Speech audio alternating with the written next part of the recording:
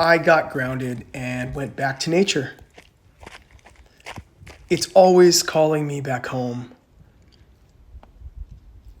There was just this quietness and a feeling that I was taken care of.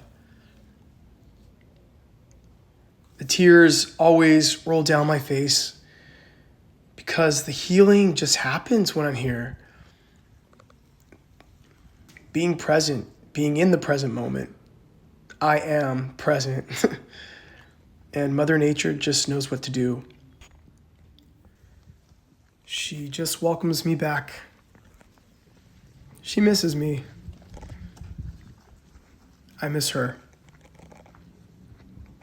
It's crazy. I didn't know how long I've been gone, but I feel right at home every time. And she always gives me a sign.